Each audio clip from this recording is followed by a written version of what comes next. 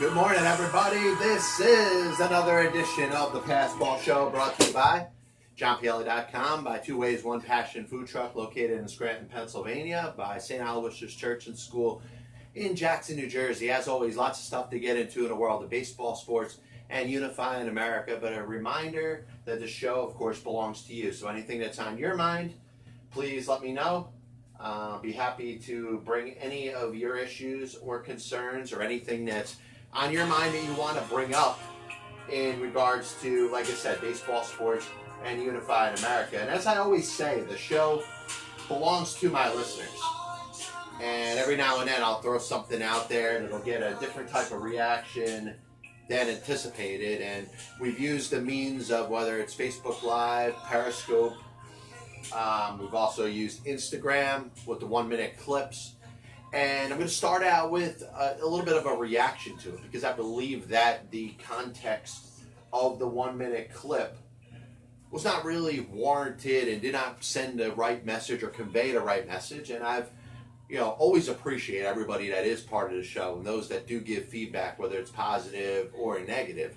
But we were talking last week about a show that the host decided to say in discussing Antonio Brown and his actions and a reason that, he orchestrated what he did. First getting himself out of Pittsburgh, then getting himself out of the Oakland Raiders and their team, basically in a spot where he didn't want to play. And decided to say it's the most unprofessional act in the history of sports. So in other words, what Antonio Brown did, which I've spent a lot of time talking about how he really did nothing that was different to what a lot of NBA players do. A lot of NBA players decide that they want to be somewhere else.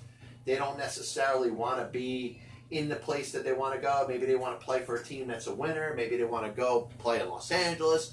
And you've seen it many times where they kind of go over the head of the coach, over the head of the general manager, get themselves out.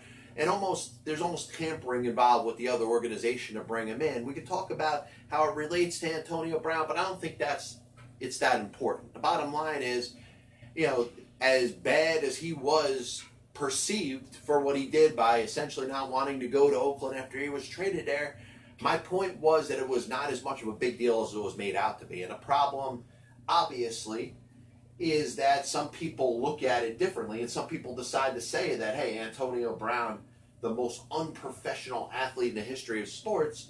And I decided to bring up Tanya Harding. And Tanya Harding, obviously a vicious, bad person, a heinous person, a person that decided to do something that was just uncalled for. Not just unprofessional, but unhumane and heinous. And to make the point that one is nowhere near in the same league as the other should pretty much put to rest any of the thoughts that what Antonio Brown did was the most unprofessional act in the history of pro sports. Think of the 1919 Black Sox and the White Sox players doing, what they did, conspiring with the gamblers to throw the World Series. That's a little worse than what Antonio Brown did. You got the referee, Tim Donaghy, taking money to influence games. Players that have not played a game on the level.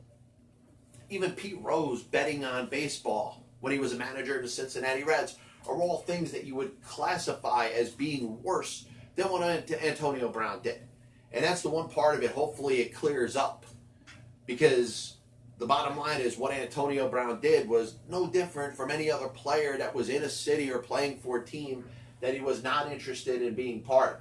And he orchestrated his way out just like any top NBA player would, just like Anthony Davis did from New Orleans going to the Los Angeles Lakers. And you think of some of the worst acts from an athletic standpoint and a role model as an athlete, what Antonio Brown did isn't anywhere near up there. And the unfortunate thing about it, to piggyback off the point and finish this up, and this will probably be the last that I bring up about anything related to Antonio Brown, as he's out there in New England helping them to another Super Bowl. Going out there, catching a couple passes, doing his job, and he's just going to be another cog in a wheel of the Patriots as they go out there and win football games. But the other part of it, of course, and that just broke last week, around the time that I was speaking about Antonio Brown, the athlete, and basically putting to rest, or trying to put to rest, the fact that his decision and his actions were the most unprofessional in regards to the history of all sports. You got the rape allegations, and you got the lawsuit, the civil suit that was brought against him by a woman.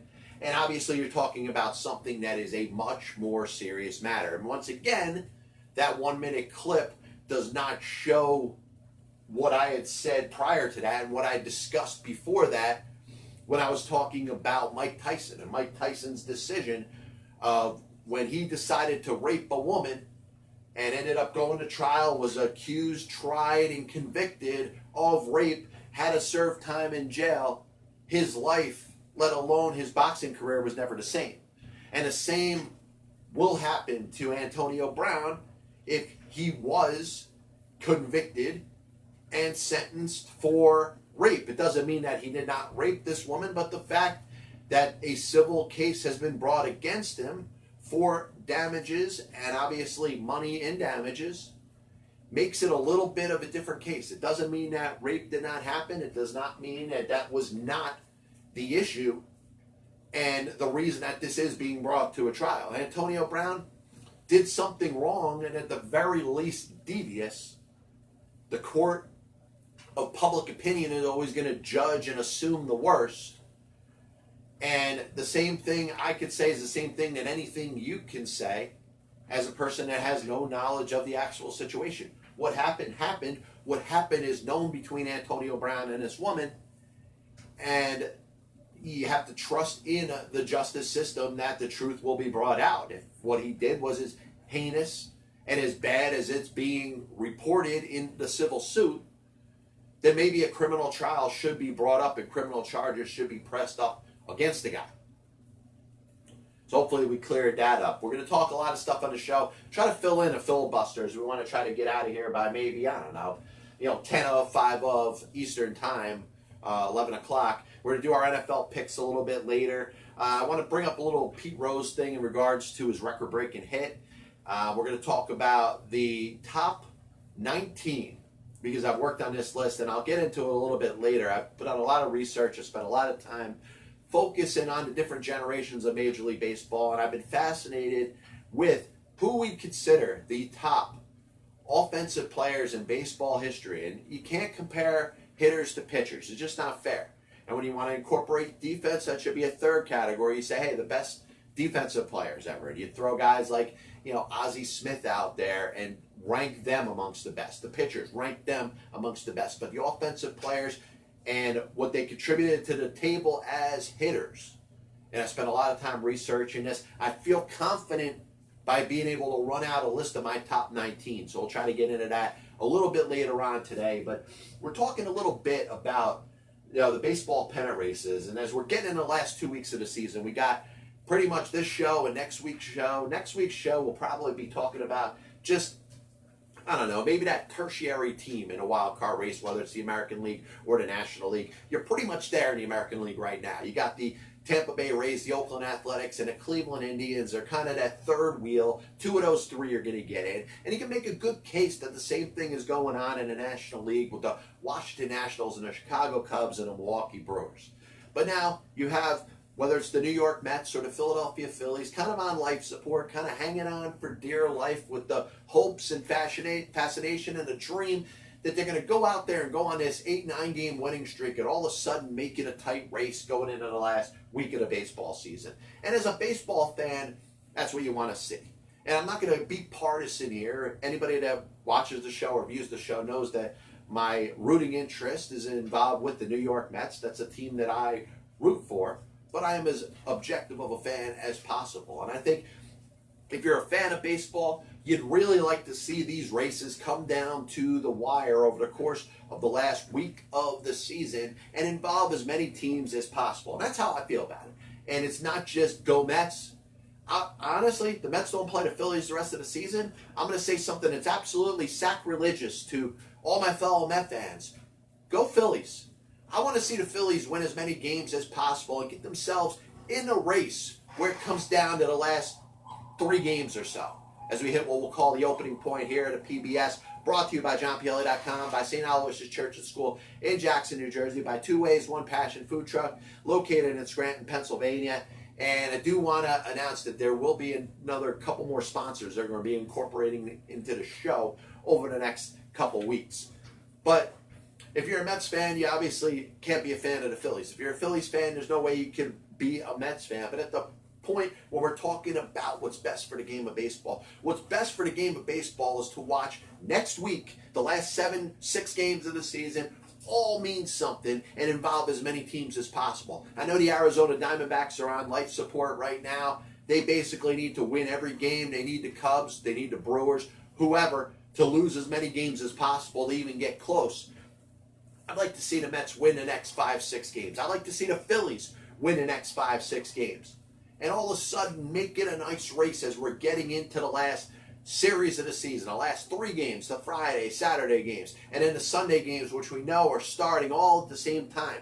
How fascinating would that be to watch 4 or 5 teams all battling for 2 spots in one game, where the results of one game could impact whether one team has a chance or doesn't have a chance, or have multiple teams finished with the same record and kind of have a little regular season version of the postseason where we're playing games number 163 and maybe even 164.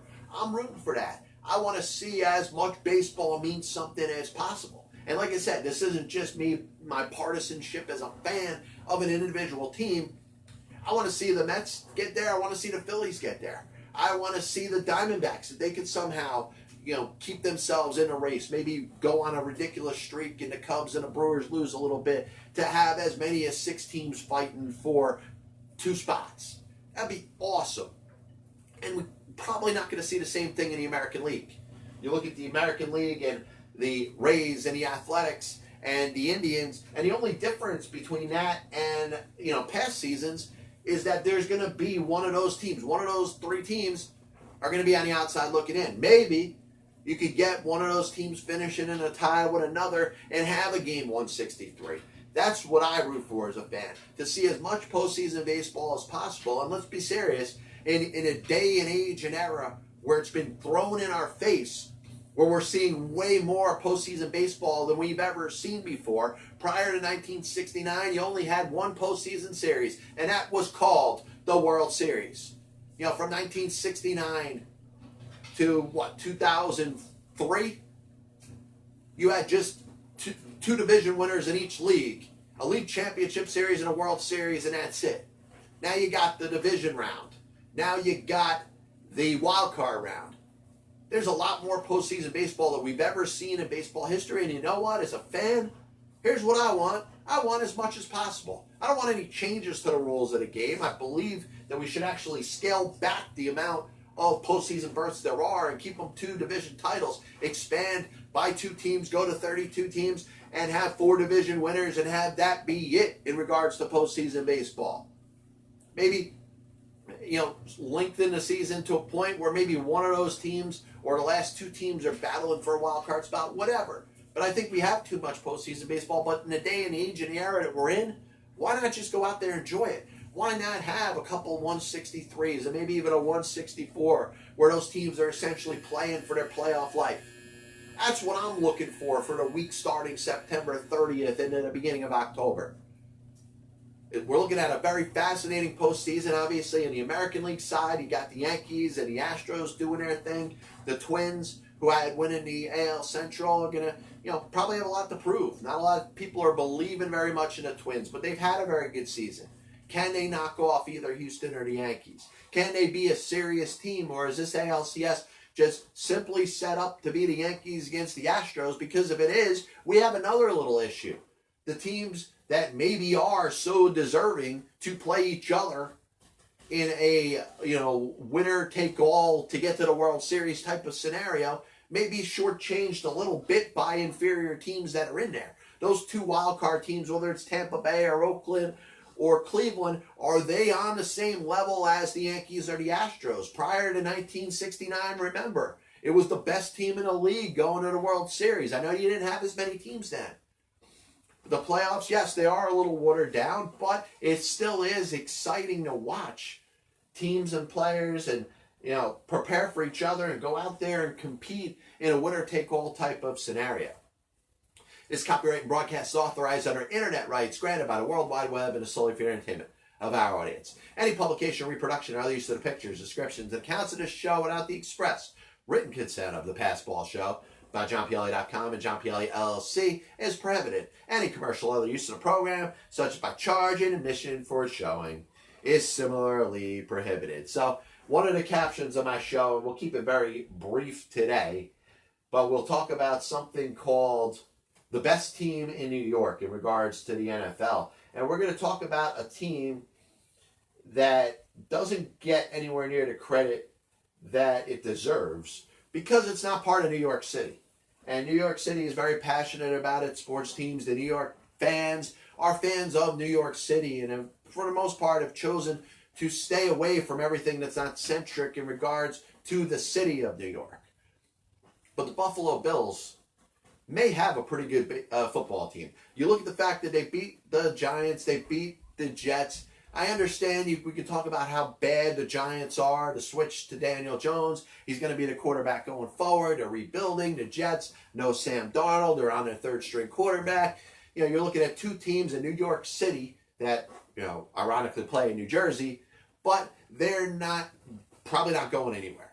But the Buffalo Bills, a team that actually plays in New York, plays in the state of New York, not the city of New York, but in the state of New York, it is not being looked at all. In fact, you would think that they're playing Canada. You would think that they play somewhere out in the Midwest. But they don't. They play in a state of New York, and we understand that New York City teams, for some reason, it's okay to include the state of New Jersey. The New Jersey Devils as a hockey team are considered more of a New York City team than the Buffalo Sabres, which is weird because Buffalo is actually in New York. I always find that fascinating. And listen, I don't expect regional coverage to focus on the Buffalo Bills and the Buffalo Sabres, but I think from a New York standpoint, listen, all of New York came together for 9/11. All of New York comes together in the biggest time of need. It's not just the city. But I tell you, if you're not looking at the Buffalo Bills, you actually may be missing out on something special that's going on there. I don't think they have the ability to take on and beat the New England Patriots, but I do believe that this is a team that is a little bit better than it's getting credit for. And the fact that it's a little bit better than it's getting credit for means that even though, as a Giants fan and a Jets fan, you may have seen the Buffalo Bills play on the course of a Sunday, we're going to look at the end of the year and say, hey, the Buffalo Bills were 2-0 at MetLife Stadium. What's the Giants record going to be at MetLife Stadium? What's the Jets record going to be at MetLife Stadium? And where do the Bills rank? Are they a team that could push themselves enough to be in a wild card race? Because the division's going to New England. Interesting to see how it works out. This is the famous Budweiser beer. We know of no brand produced by any other brewer that costs so much to brew and age. Our exclusive Beechwood aging produces a taste of smoothness and drinkability you'll find at no beer at any cost.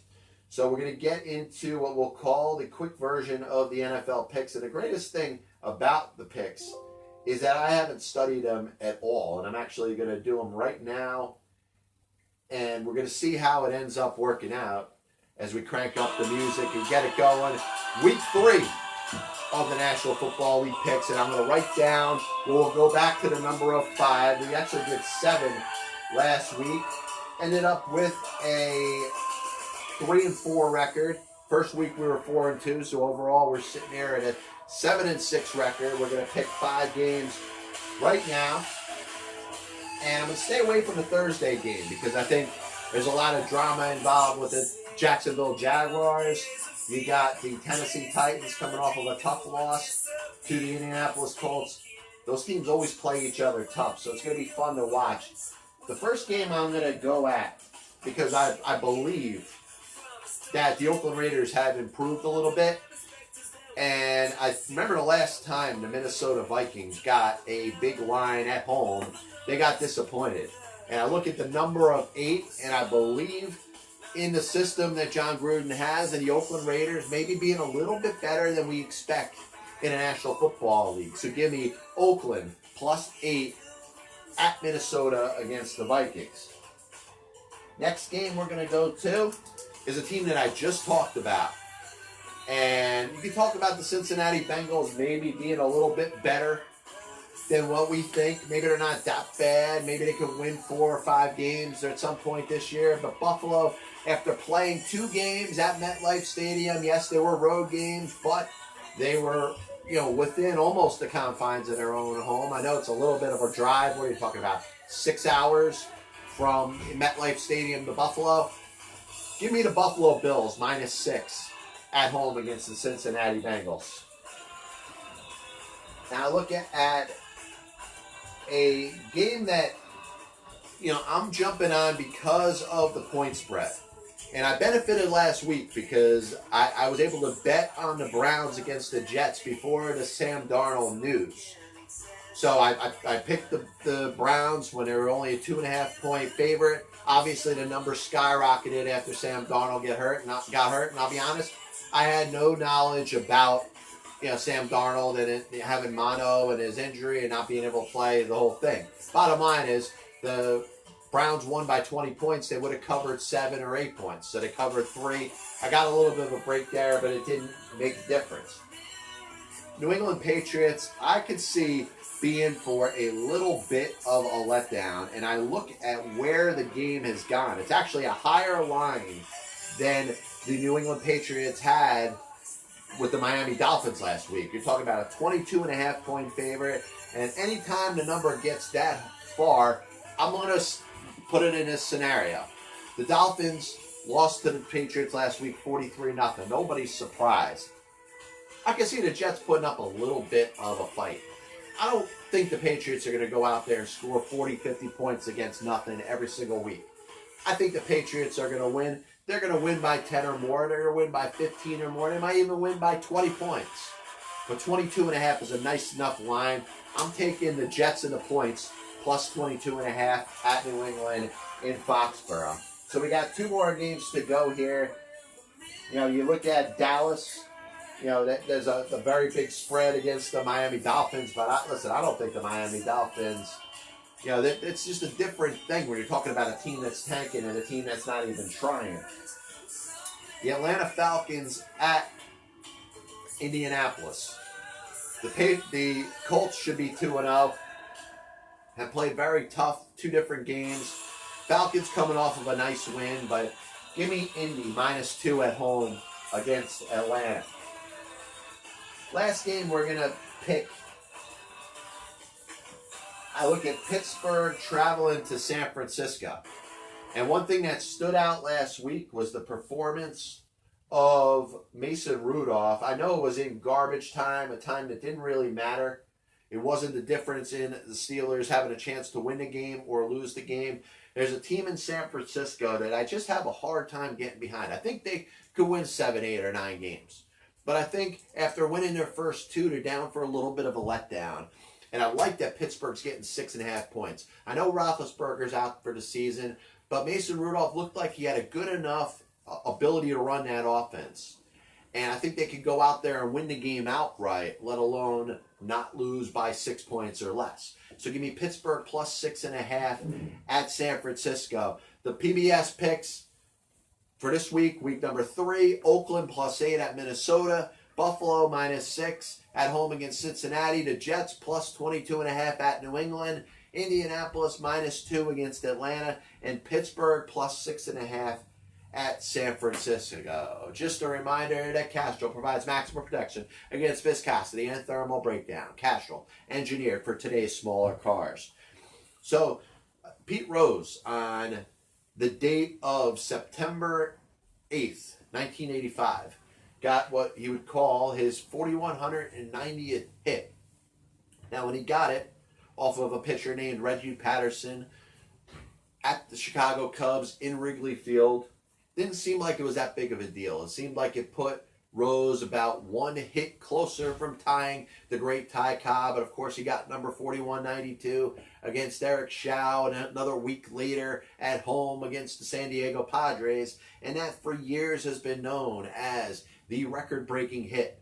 And at the time it was thought to be that way, but as researchers and historians have, confounded and put together as many numbers as they can, they realized that Ty Cobb was given credit for 2 more hits than he ended up having over the course of his career. Instead of 4,191 hits, he had 4,189. So that makes the hit on the road in Chicago at Wrigley Field the record-breaking hit. Now, if the records were kept correctly, and assuming that this was a legitimate error that was, pretty much pulled up over by researchers, you'd look at the fact that Ty Cobb's record being broken, Pete Rose getting the record on the road, would have made Marge Schott and the Cincinnati Reds a lot less money.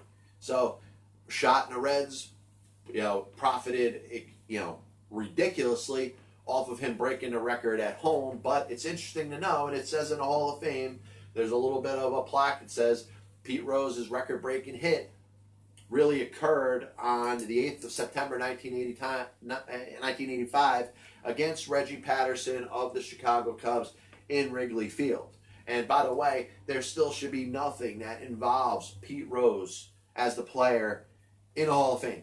And there shouldn't be anything that results with a player that is not in a Hall of Fame in its Hall of Fame. You should have a separate museum for baseball history, but the Hall of Fame should be stuck to just Hall of Fame players. Because if baseball is too stupid to realize that Pete Rose belongs in a Hall of Fame, it's too stupid to realize that Barry Bonds belongs in a Hall of Fame based off of the numbers and what they accomplished on the field, then nothing that they did over the course of their career should be acknowledged by the Baseball Hall of Fame. Same thing with Philip Humber's perfect game ball.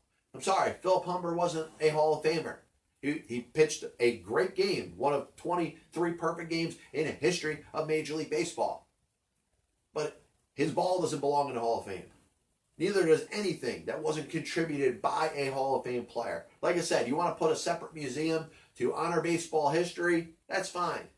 But I actually think that would kind of bridge the gap between what we call the Hall of Exclusion, which for whatever reason, through politics and whatever, decides to hold out the players that have accomplished the most in the history of the sport, and a museum that honors baseball history. And I think more people will be gravitated towards honoring baseball history as opposed to the Hall of Politics or the Hall of Exclusion. Last thing I want to get into today, I've done a lot of research about the top 100 offensive position players in Major League Baseball. And I'm going to run off a list, and I want you, if you're listening, you have any interest, you want to contribute in any way, throw a comment, send anything you can to try to let me know what you think. I mean, obviously, I'm going to include players that did the S word. And I'm not talking about shit. I'm talking about steroids. Because the accomplishments of players don't have to be an indication of how good of a person they were, or whatever type of decision that they tried to make over the course of their life. Pete Rose had 4,250 hits. More hits than anybody in baseball history. If he was a bad guy, he was a bad guy. If he was a degenerate gambler, he was a degenerate gambler. But nothing that he bet on, whether it was the Reds to win or the Reds to lose, which we feel he only bet on his team to win, but when you're a manager, remember that that's going to impact how you manage the games that you don't have anything on the line. The games you're not betting on, you may not care as much if you lose than the ones that you actually have money on. But say what you want about Pete Rose, nobody in baseball history has had any more hits. So I'm going to run off a list. My top 19 is just about cemented, as I'm going to gravitate towards do more research and get myself to a point where I could feel like I could run off the top 100 offensive players in the history of Major League Baseball. And yes, at some point, I'm going to have to include the great Mike Trout, the best player that we're seeing during this current generation. So you start out with Babe Ruth. You go to Ty Cobb, Ted Williams, Barry Bonds, Lou Gehrig. Now, Bonds and Gehrig could be pretty close. They could be interchangeable. But obviously, I've pissed off a lot of people already. A lot of people can't stand that I would mention Barry Bonds as one of the top 5 offensive position players to ever play. Look at what he did in his career. I don't care how he did it. He did stuff that very few even came close to doing. So if you say Barry Bonds is not 4, then maybe he's 5. Maybe Gehrig was better. And maybe I'll correct it right now and I'll say it's Babe Ruth, it's Ty Cobb, it's Ted Williams, it's Lou Gehrig, and then it's Barry Bonds. So we'll stop with Barry Bonds at number 5. Number 6 is Stan Musial. Number 7 is Henry Aaron. Number 8 is Willie Mays. Number 9 is Rogers Hornsby. And number 10 is the great Josh Gibson, a man who was held back. His life was essentially shortened because of the fact that were a million racist white people and white supremacists that couldn't grasp the concept that regardless of your skin color, all the best baseball players should be playing against each other. Josh Gibson, one of the best power hitters in the history of the sport, deserves to be in anybody's top 10. So, we go 11 to 19. 11, Honus Wagner. 12, Jimmy Fox. 13, Frank Robinson. 14, Alex Rodriguez. 15, Mel Ott. 16, Mickey Mantle. 17, Joe DiMaggio. 18, here's another controversial one because he plays right now and is still active, Albert Pujols. And number 19 is another Negro Leagues player, considered probably the best Negro Leagues player all around to ever play the game, Oscar Charleston. That's my top 19. A little bit of a recap of the show today, a little bit of a probably throwing that final blanket on any Antonio Brown discussion. Comparisons, whether it's to Tanya Harding, whether it's to the Black Sox scandal, whether it's to Ray Caruth, whether it's to whoever you want, there's no way you could say that Antonio Brown's actions by orchestrating his trade out of Pittsburgh to Oakland and his release from the Oakland Raiders is the most unprofessional act by an athlete in sports history. I'm sorry. There's no way you could do that. NFL picks are up, wild card races. I want to see as many games 163s and 164s in the beginning of October to start the playoffs. That's just me. Maybe you don't feel the same. That's fine. Top 19 offensive position players of all time, Major League Baseball. I'm going to get them up on johnpielli.com. Same with the NFL picks. Pete Rose, 4190, broke the all-time hit record in Wrigley Field against the Chicago Cubs on September 8th, 1985. We'll be back with you next week. This is the Passball Show, brought to you by johnpielli.com, by Two Ways, One Passion Food Truck, located in Scranton, Pennsylvania, by St. Aloysius Church and School in Jackson, New Jersey. God bless you. And as always, I'll see you on the other side.